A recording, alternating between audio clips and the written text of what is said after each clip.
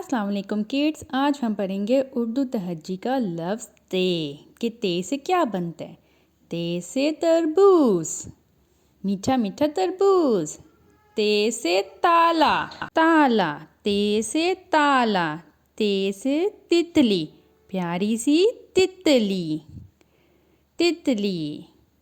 ते से तोहफा, गिफ्ट जिसे कहते हैं तोहफे। ते से तोहफा। ते से ताज, ताज। ते से बनता है तराजू, तराजू। ते से तकिया, नरम नरम तकिया। ते से बनते हैं तारे, आसमान पे तारे। ते से है तलवार, तलवार।